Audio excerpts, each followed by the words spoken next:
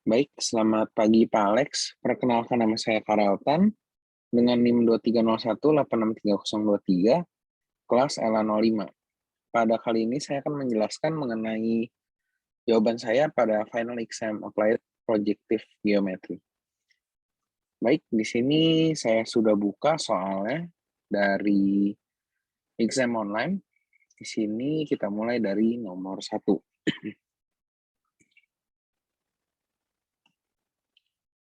Given a real object in the form of square in an image, the object is distorted into a trapezoid with edge point sekian. Untuk grafiknya ini, pertanyaannya ada 3. Yang A, describe the basic concept of affine rectifying and metric rectifying.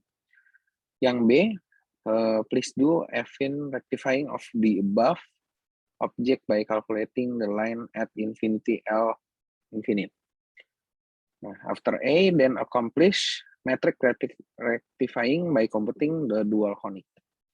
Oke, di sini kita beralih ke jawaban saya. Di sini saya tuliskan kembali soalnya dan informasi-informasinya. Oke, yang pertama, describe the basic concept of affine rectifying and metric rectifying.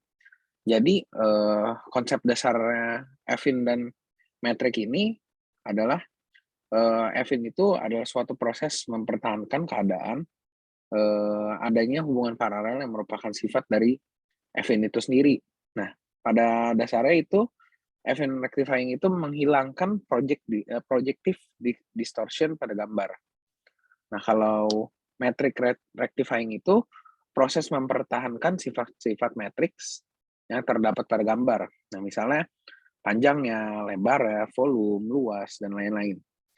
Nah, secara umum ya, biasanya affine rectifying dulu, baru ke metric rectifying. Oke, di sini sudah saya jelaskan penjelasannya dengan paragraf. Oke, kita berlanjut ke yang B. Di sini yang B, please do affine rectifying of the above object by calculating. Gitu. Jadi di sini akan menghitung affine rectifying-nya. Jadi goalnya di sini saya tuliskan affine rectifying. Nah, di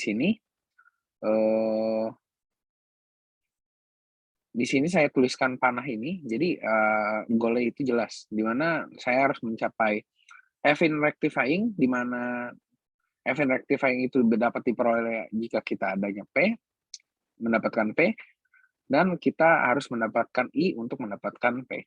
Nah, itu untuk gambaran umumnya apa yang saya tulis. Di sini saya tuliskan kembali titik-titik ya. Di sini akan saya coba annotate untuk mempermudah penjelasan. Annotate, oke. Di sini yang pertama saya akan menghitung IAC. Nah, IAC ini berarti A dikalikan dengan C. A dikali dengan C. Di sini kita cross ya. Nah, kalau cross berarti bentuknya seperti biasa seperti ini, saya tuliskan determinannya, dan nantinya akan bernilai seperti ini. Ini seperti biasa saja, AD min BC. Ya, di sini kita bisa bentuk sebuah matriks lagi, jadi seperti ini. Min 3, ini karena ini 1, ini 0. Oke. Kita lakukan hal yang sama dengan yang BD. B kali D. B kali D. Sama prosesnya, akan menghasilkan seperti ini. Min 2I plus J plus 8. Berarti min 2, 1, 8. Oke. Yang AB, kita kalikan sama seperti tadi, hasilnya ini. Jadi min 2, 1, 8. Oh, maaf, di sini terdapat kesalahan teknis, di mana saya belum merubah, maaf Pak. Akan saya ubah dengan cepat. Sini seharusnya ini tidak ada atau 0. Di sini juga 0. Minus 4. Yes. Plus minus 4. Oke. Di sini yang benar. Mari kita cross check dulu. Kita hitung kembali. Nah, di sini 0 I benar. 4 dikurang 0 benar 4. Minus ya. Ini 0 juga. Oke. Ini sudah confirm benar. Jadi IAB-nya ini, ICD-nya itu sama seperti tadi. Ini hasilnya. 3 min 2, berarti ini udah benar. Jadi ini 1, 2, min 9. Oke, ini hasilnya.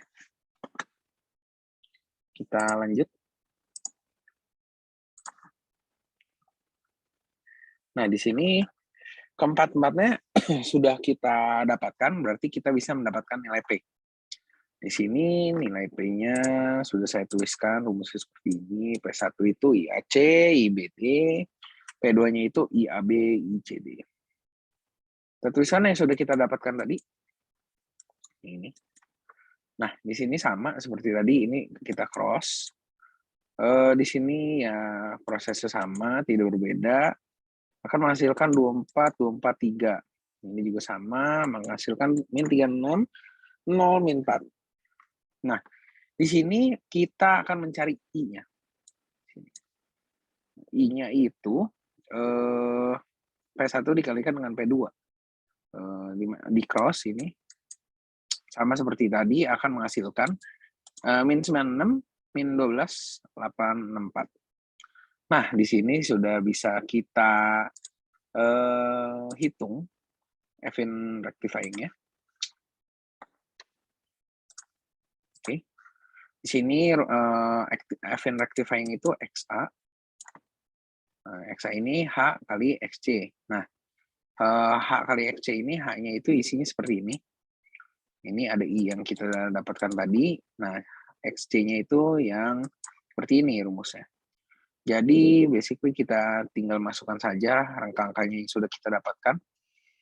Ini kita masukkan, ini juga kita masukkan, dan ini baris kali kolom, baris kali kolom.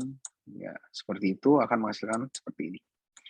Dan kita telah mendapatkan hasil Evin rectifying-nya secara simpel kita sudah mendapatkannya. 00, 84, 404, 80, 534, 40, 52, 360. Nah, ini untuk Evin rectifying-nya. Sini saya akan clear dulu. Oke, kita lanjut. Yang C. Yang C ini adalah proses lanjutannya di mana untuk menghitung metrik rectifying-nya dengan dual conic. Oke, di sini kita bisa tuliskan IAB, I aksen AB itu 0, 120, 0, dan IAB-nya segini. Nah, untuk rumusnya sendiri, dengan dual conic itu berlaku seperti ini. Jadi ini sudah bisa kita bayangkan bagaimana.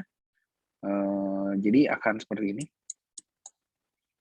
Ini ditranspos, jadi dia tadi ke sini, dia transpos jadi ke bawah. Oke, untuk matriks koniknya ini akan menjadi seperti ini. Dan ini kita kalikan secara biasa saja. Akan menjadi seperti ini. Dan prosesnya itu sama saja, ya. Akan menjadi seperti ini juga. Dan kita bisa mendapatkan persamaan bahwa ini dicoret, K22 sama dengan K12. Nah, di sini kita lanjut dulu. Diasumsikan di sini, K11 adalah 4, K22 adalah 2, K22 ini menganting ini, K12 adalah 2. Nah, di sini sudah terlihat bahwa ada semua. Jadi kita bisa konstruk matriksnya di mana 4, 2, 2, 2, 2. Nah, di sini kita memakai Cholesky decomposition untuk mencapai metriknya tadi. Jadi di sini metrik Cholesky decomposition-nya yang ini sama dengan yang ini. Dan ini kita kalikan seperti biasa. akan menghasilkan seperti ini. Nah, ini kita bisa samakan seperti biasa. A kuadrat sama dengan 4. AB sama dengan 2. AB sama dengan 2. Dan B kuadrat plus C kuadrat sama dengan 2. Ya. Sini sudah saya tuliskan. Nah, di sini A kuadrat sama dengan 4, jadi A-nya itu sama dengan 2. Karena A-nya sama dengan 2, di sini bisa kita gantikan A-nya 2, bisa dicoret, berarti B-nya sama dengan 1. Nah, kita bisa dapat nilai C-nya di sini. 1 kuadrat itu berarti 1, plus C kuadrat, berarti C kuadrat itu ada 1. Nah, di sini sudah kita dapatkan semua ABC, ya. Sehingga K-nya itu, matriks K-nya kita sudah tahu. Lanjut. Nah, matriks K-nya ini tinggal dikonstruk saja. Dan ada matriks H, di mana ada K-nya di sini. Nah, setelah dimasukkan, dia akan menjadi 3 kali 3 seperti ini. Dan kita lihat inverse-nya. Jika kita hitung, inverse akan menjadi seperti ini. Inverse-nya tidak saya jelaskan, karena itu sebenarnya bukan skop yang ini. Yang penting ini 1 per determinan kali matriksnya. Seperti itu. Itu untuk inverse-nya. Jadi matrix rectifying ini memiliki rumus seperti ini. Di mana X itu adalah matrix rectifying-nya. H min 1X. Nah, di sini X-nya itu yang tadi, yang sebelumnya. Jadi itu proses matrix rectifying itu proses kelanjutan dari matrix rectifying adalah kelanjutan dari event rectifying. Oke, di sini kita tinggal masukkan saja yang sudah kita dapatkan ini, dikali ini. Maaf. Ini. Jadi kalikan dengan biasa, dapatlah hasil matrix rectifying-nya. Jadi seperti ini, 0, 1 per 240, 0, 1 per 240, dan sekian. Oke, itu untuk nomor 2. Kan saya clear dulu. Oh, untuk nomor 1, maaf. Sini kita beranjak ke nomor 2. Sini nomor 2, the camera matrix is 3 kali 4, seperti ini. Nah, pertanyaannya, if camera matrix is written as matrix P ini, please show and explain some properties of the camera matrix, that is camera center, column points, principal plane, and axis planes. Oke, di sini saya akan jelaskan mulai dari kamera planes, ya. Oke, kamera center, maaf. Kamera centernya dari penjelasan definisinya itu adalah representasi homogen dari proyeksi 3 dimensi dengan koordinat 0,0 dan yang juga didasari ruang kosong dari model kamera tersebut. Oke, untuk column points adalah kolom yang berisikan informasi mengenai titik di mana proyeksi berada. Nah, seperti menunjukkan titik tersebut pada X, Y, atau Z. Oke. Di situ ada principal plane juga. Bagian untuk menunjukkan plane dari kamera center yang dimiliki. Axis plane adalah bagian yang menunjukkan bidang yang sesuai dengan pasangan sumbu yang ditempati. Ya, secara umum bisa dilihat seperti kamera center bisa di sini, dan juga tadi column points. Column points itu berarti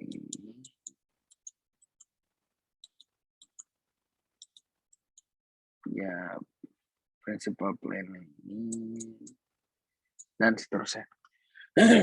Oke, saya clear. Kita beranjak ke yang B. Oke, di sini saya tuliskan juga sih sebenarnya, di mana P1, P12, P13, P14 itu principal plane. Kita lihat kalau di sini principal plane ini berarti ya. Ini principal plane. Column point itu berarti horizontalnya, column vektornya ada vertikalnya. Keseluruhan dari matriks itu adalah axis plane. Oke, itu untuk yang A. Kita lanjut ke yang B. Suppose we have the camera matrix as follows. Oke, di sini matriksnya sudah diberitahu. By performing RQ decomposition, please calculate camera center C, configuration matrix K, and rotation matrix R. Oke, di sini ada 3 yang kita harus cari. Camera center, configuration matrix, dan rotation matrix R. Ya, oke, yang pertama kita bisa cari camera center C-nya. Sini P-nya saya tuliskan kembali. Saya clear dulu. Oke, di sini dengan kamera center itu bentuknya akan seperti ini nantinya. Jadi saya memerlukan beberapa perhitungan sebelum sampai ke sana. Di sini saya juga paparkan beberapa seperti QX, QY, QZ yang nantinya berguna untuk perhitungan selanjutnya. Nah, di sini ada M itu yang ini, dan jika di inverse akan menjadi seperti ini. Nah,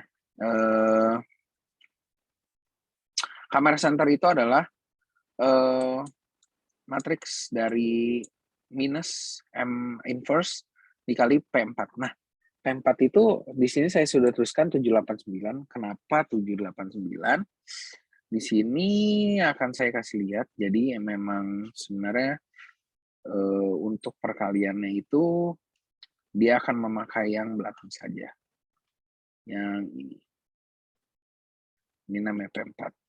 Ini kan P1, P2, P3, P4. Oke. Ini yang kita kalikan. Jadi nanti matriksnya itu akan bersifat 4 kolom, 4 kali 1. Oke. Kita lanjut.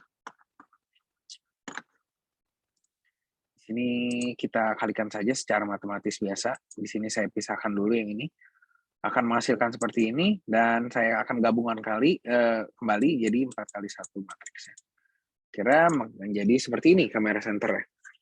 Dan kita ingin mencari yang selanjutnya yaitu configuration matrix K, di mana MX ini perhitungan untuk MQX, sorry. Di sini MQX-nya sesuai dengan rumus M dikali yang ini dikalikan dengan QX yang sudah saya paparkan di atas. Secara matematis biasa akan menjadi seperti ini, dan M32 ini kolom ketiga dan 2, kolom ketiga baris kedua, kolom kedua, sorry, akan dibuat menjadi 0. Nah, persamaan akan menjadi seperti ini. Jika kita samakan seperti biasa, ini akan menjadi seperti ini. Terlihat bahwa sin cos ini bisa dijadiin 1. Sin cos jadi tan ya. Cos itu tan. Nah, jadi tan alfa, tan dari sesuatu sudut menghasilkan minima. Nah, di sini arcus tangan minima adalah suatu sudut. Nah, sudutnya ini jika kita hitung di kalkulator, maka akan menghasilkan minus 1,373. Oke, di sini untuk yang MQX sudah. Kita clear dulu.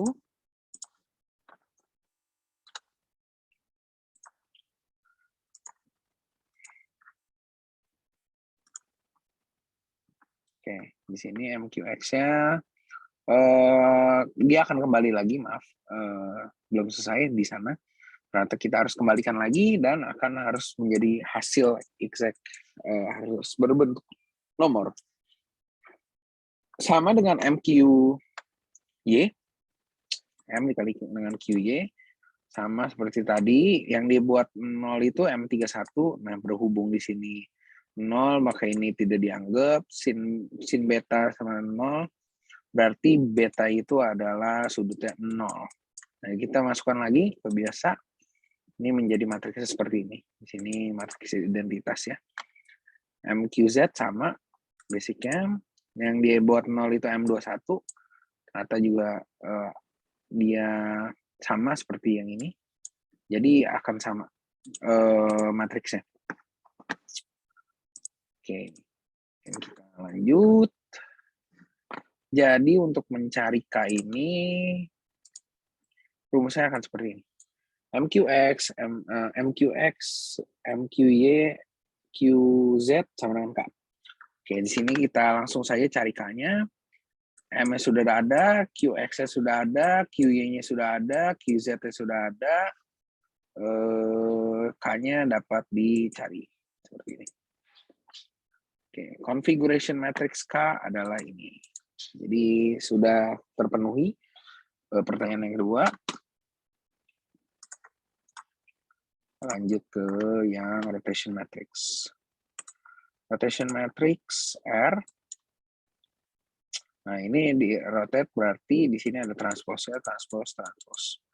Sama seperti tadi, cuman ini transpose saja, dikalikan, maka rotation matrixnya akan menjadi seperti ini.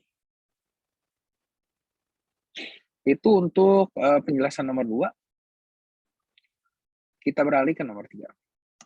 Oke, di sini saya sudah taruh soalnya, jadi tidak usah kembali lagi ke my exam tadi.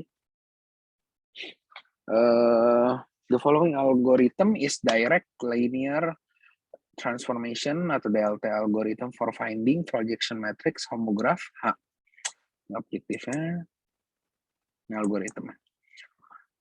Please derive the equation formula used in step E by rewriting the homogeneous equation in the above algorithm and explain why it is written only the first 2 rows need be used in general. Oke, intinya kita harus explain ini kenapa. Ya, di sini sebenarnya secara umum yang dipakai untuk perhitungan itu adalah memang baris pertama dan baris kedua. Baris ketiga ini depends yang ke baris ini. Tapi baris 3 ini tidak melakukan hal apa-apa. Jadi basically tidak need to be used seperti yang first 2 rows ini, yang 1 dan 2. Oke, ini kita akan breakdown lagi ke penjelasan yang lebih mendetail. Oke, di sini ada 2D homogeneous matrix adalah seperti ini. Rumus yang diberikan ini kita bisa tahu XI aksennya ini, HXI aksen seperti ini, hubungan yang terbentuk antara XI aksen dan XI adalah homogenus. Sehingga kita bisa konklusikan menjadi seperti ini. Nah, dari seperti itu kita dapat kalikan kembali seperti ini. Saya clear dulu. Oke, kita kalikan lagi seperti ini, dan ternyata jika dimappingkan kita pisahkan H1, H2, H3 akan menjadi seperti ini. Nah, di sini saya akan menjelaskan dari penjabaran ini, statement only the first 2 rows itu dapat dituliskan atau dipaparkan karena kita melihat bahwa matriks baris ketiga matriks itu yang saya beritahu pada awal bergantung pada baris 1 dan 2. Nah, hubungan yang terjadi adalah di mana baris pertama dikalikan dengan XI aksen, kemudian ditambah dengan baris kedua yang dikalikan dengan YI aksen. Nah, untuk zat-nya itu tidak memiliki peran tertentu. Jadi itu bisa dituliskan only the first 2 rows need to be used in general. Oke, itu untuk penjelasannya. Yang A. Kita beralih yang ke B. Please calculate the homograph with DLT algorithm from 2D points and 2D points using Python by changing the source image sunset tree JPG with yourself image. Oke, di sini si Python code in practicum. Oke, di sini untuk algoritmanya sama. Saya memakai sama dengan Pak Alex. Hanya source image-nya diganti saja. Oke, di sini bisa dilihat source image-nya yang baru saya sudah mengambil dari link ini. Jadi kalau dilihat link ini adalah foto, ya ini. Jadi ini screenshot calculation ya using Python. Di sini saya memakai Python 3 di mana toolsnya adalah Jupyter Notebook. Nah di sini sama seperti tadi intinya. Saya coret-coret. Sama dengan biasanya ini untuk proses homografinya di sini. Ada penjelasannya di sini dan ini adalah proses pensettingannya. Sini image-nya jadi beach. Jadi di sini ketika di-execute di sini play nanti akan keluar hasil seperti ini. Nah, dari sini kita sudah mendapatkan homograf dari DLT algorithm dari 2D points. Oke, di sini akan saya beri lihat codingannya. Oke, di sini sudah ada di browser. Maaf, di sini ada baru jadi susah. Oke. Oke. Di sini codingannya seperti ini. Dan ini prosesnya. Dan image bits ini ada di dalam folder image. Jadi ketika di run ya dapat hasilnya sama. Oke, itu nomor 3B. Oke, kita kembali lagi ke Word.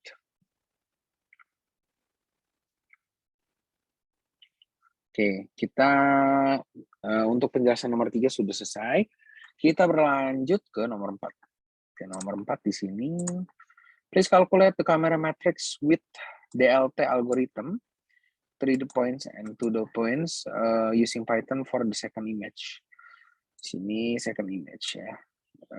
Di sini datasetnya juga sudah dipersiapkan oleh Pak Alex dan image-nya 002 juga sudah ada. Nah, di sini untuk nomor 4 di sini jawabannya akan saya merge atau saya gabungkan karena dalam code-nya itu sudah bisa dijadikan satu. Jadi satu code bisa mewakili 2 pertanyaan.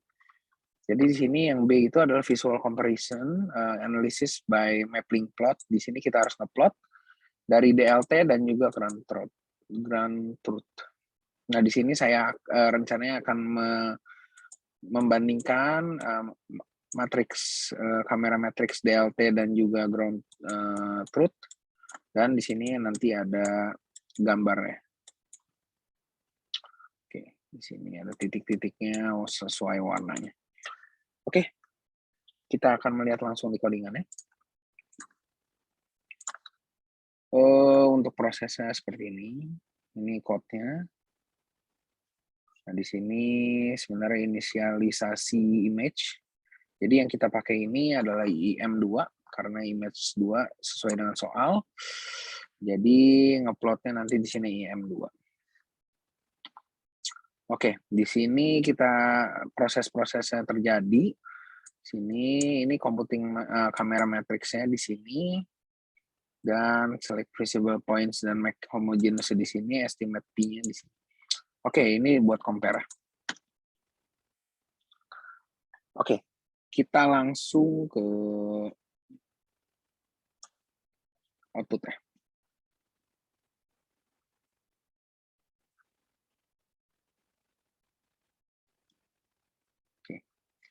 Di sini ketika di-execute akan menghasilkan seperti ini. Jika tidak di-mapping ini akan seperti tergabung, padahal di sini ada 2 array. Nah, di sini ini sebagai pembanding ini kamera matrix buat dari, kalau yang warna merah itu dia ground truth. Sebentar saya konfirmasi sebentar.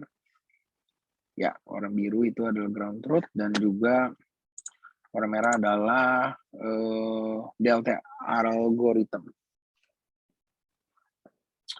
Oke, di sini kita lihat bahwa secara umum elemen-elemen matriksnya itu sama.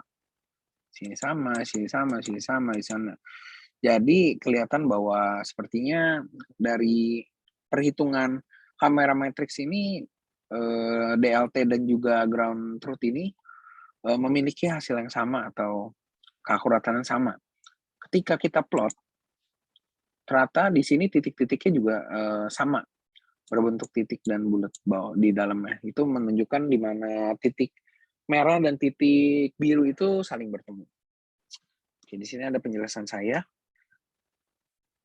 Oke, ini secara umum sama seperti yang sudah saya katakan. Di mana DLT itu dan juga ground truth itu sama dari visualisasi kamera matrix dan dapat diterapkan dengan baik pada gambar ini. Oke, itu untuk yang nomor 4. Kita beralih ke nomor 5, nomor terakhir. Oke, nomor 5 di sini in a paper a flexible new technique for camera calibration. Chang describe a calibration camera method.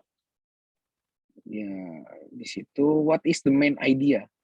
Itu pertanyaan pertama, dan what are the parameters which must be calculated in this method? Oke. Di sini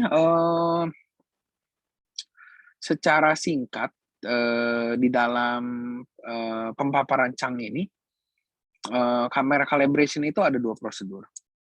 Yang pertama adalah analytical solution, yang kedua adalah closed form solution.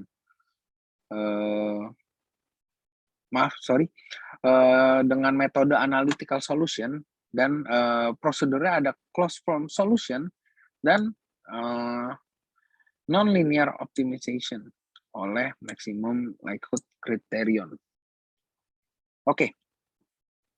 Di sini saya merefer ke jurnalnya Chang, di mana ada subbab ketiga berjudul Solving Camera Calibration, dimulai dari 5-6. Untuk parameter yang digunakan itu secara intrinsik yang ditulis sebagai parameter matriks A, parameter itu adalah matriks RT.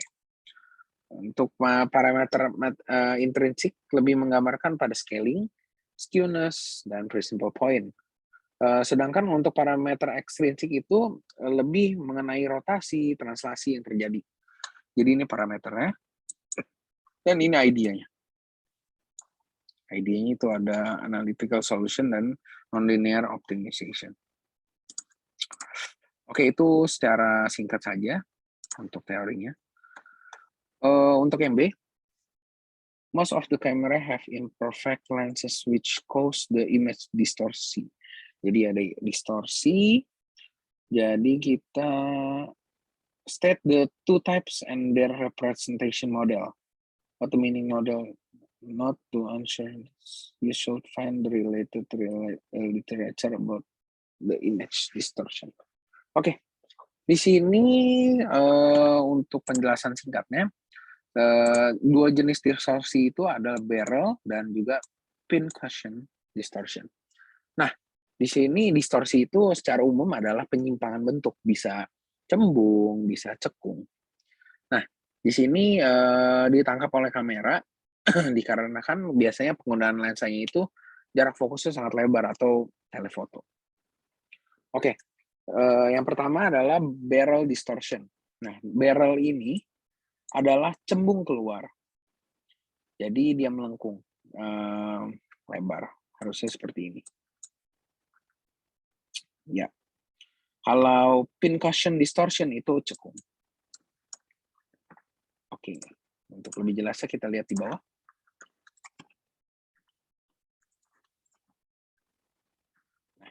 Di sini terlihat jelas bahwa ini pin cushion dan ini yang satunya barrel distortion.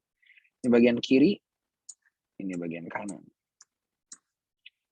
Oke, itu secara teori yang lebih jelas akan bisa dibaca di ini paragraf. Untuk beberapa kasus terjadi distorsi ini akan merugikan sehingga terdapat model umum yang sering dipakai untuk mengkoreksi distorsi ini. Nah, untuk model umumnya itu akan seperti ini. Ada radial dan juga tangential distortion seperti ini. Di dalam Y ya. Ini persamaan satu X aksen dan Y aksen. Nah, ini kondisinya. Nah, kemudian perhitungannya itu akan dilakukan perhitungan lebih lanjut terkait komponen radial dan juga tangential yang sudah dipisahkan. Oke, dari sini saya merefer pada jurnal ini, di mana judulnya ada An Exact Formula for Calculating Inverse Radial Lens Distortion by Pierre Depp and Julian Giver. Linknya juga tertera. Oke, kita lanjut. Untuk nomor terakhir. Please calibrate your own camera with Chang method to reach RMS-nya below 0,8. Jadi each step of the procedure, testing result, and camera model result. Oke, di sini saya akan menjelaskan cara saya untuk saya akan reproduce cara saya untuk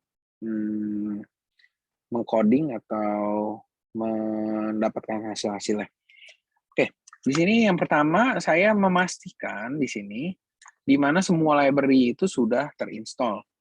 Jadi jika library belum terinstall, maka harus diinstal terlebih dahulu, bisa memakai pip install, bisa memakai Conda, tergantung dari environment yang sudah teman-teman kalian atau orang yang sudah menginstal ya. Kalau di sini saya memakai Python 3 dan menginstal pip. Jadi saya menginstalnya dengan cara pip install library. Nah, kalau untuk yang tadi saya hanya install pip install OpenCV untuk dapat mengakses CV2-nya. Oke, itu untuk yang pertama. Untuk yang kedua, di sini ada proses perhitungan. Jadi coding ini ada dua bagian, di mana satu adalah proses perhitungan atau proses pembelajaran datasetnya di sini berupa gambar yang diletakkan pada suatu folder. Nah, di situ datasetnya adalah berupa catur. Nah, jika kita jalankan di sini, dia akan melihat semua dataset yang sudah ditentukan pada folder dan juga terlihat bahwa nantinya ada calculation di situ, ada garis-garis, garis-garis. Dan ini datasetnya juga sudah beragam, di mana gambar-gambar itu terdapat dari beberapa point of view. Oke. Sini untuk code-nya tidak akan saya jelaskan lebih lanjut. Kita akan berlanjut ke proses ketiga. Proses ketiga itu adalah proses dari perhitungan sudut pandang. Nah, di sini proses perhitungannya. Tadi itu seperti setup. Di sini proses execute-nya. Di sini saya memakai file name ini, di mana original image-nya ini. Jadi di sini ada proses kalibrasi dan lain-lainnya. Untuk code-nya ini,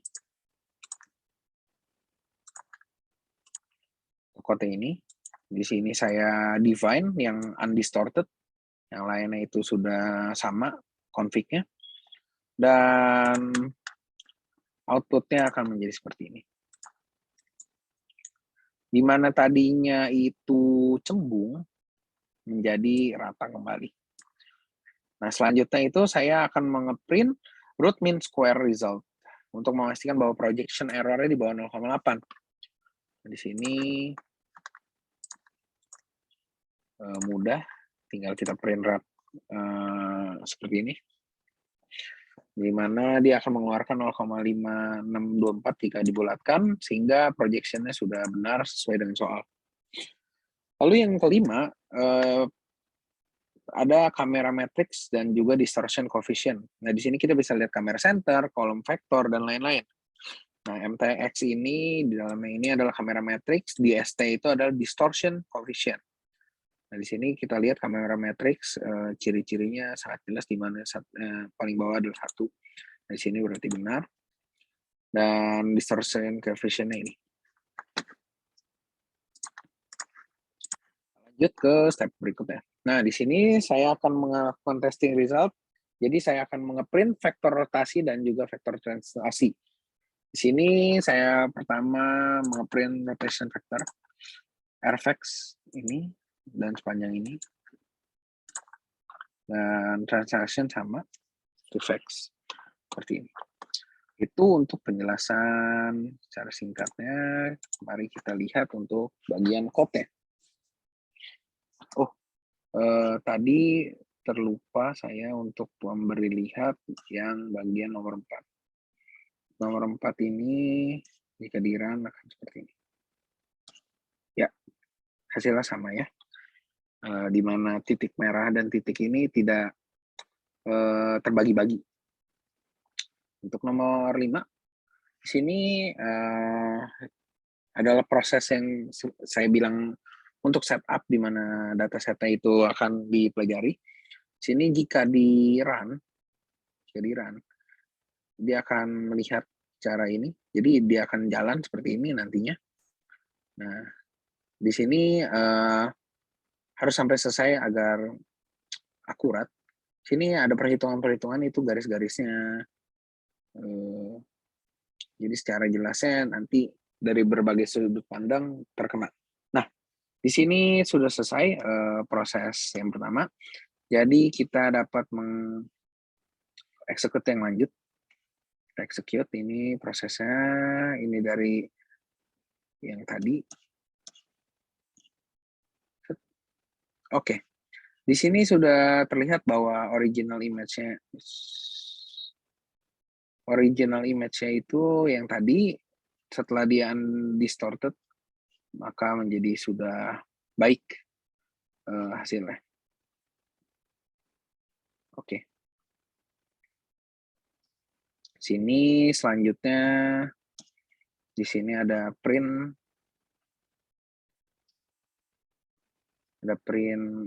root mean square-nya. Kita akan run sama kamera matrix kita run sama juga, distortion kita run sama, dan rotation vector kita run sama translation vectors. Oke, ini merupakan penjelasan tentang code-code-nya yang sudah saya buat, dan ini juga merupakan akhir dari penjelasan final exam, jawaban dari final exam applied projective geometry. Baik, terima kasih Pak Alex.